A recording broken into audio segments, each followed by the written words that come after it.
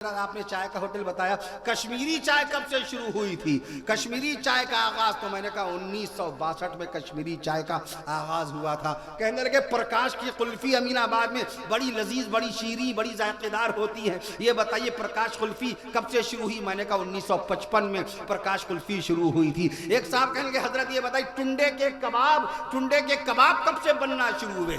یہ کب سے ہوٹل کھلا تھا؟ میں نے کہا 125 سال پہلے، ٹھیک 1905 میں۔ ان کا نام ٹنڈے نہیں تھا، ٹنڈے تو اس لیے کہا جانے لگا 125 سال پہلے وہ پتنگ اڑانے کے شوقین تھے، ہاتھ ٹوٹ گیا تھا، پتنگ اڑانے کے دوران ہاتھ ٹوٹ گیا، جس کی وجہ سے ٹنڈے ٹنڈے کہلائے جانے لگے۔ اللہ تعالیٰ تو قادر ہے، کسی لولے کو شہرت بخش دے، کسی ٹنڈے کو شہرت بخش دے۔ اصلی نام حاجی مراد علی کوئی نہیں لیتا، اصلی نام حاجی مراد علی ہے ان کا، کوئی نہیں لیتا، لیکن ٹنڈے کہہ دیجئے تو یہاں سے امریکہ تک کے باقاعدہ ان کی شہرت ہے ٹنڈئی کے نام سے۔ تو میں نے عرض کہا 125 سال پہلے باقاعدہ 1905 میں پہلی مرتبہ ٹنڈے کے کباب، اور اس کے بعد قندھاری کباب، اور پھر نرگسی کباب، پھر گلاوٹ کے کباب، اور گھٹوا کباب، اور پتیلی کے کباب، اور لوکی کے کباب، اور کیلے کے کباب۔ لکھنؤ میں تو جملہ مشہور ہے، آئیے جناب کھائیے کباب بڑھائیے شباب۔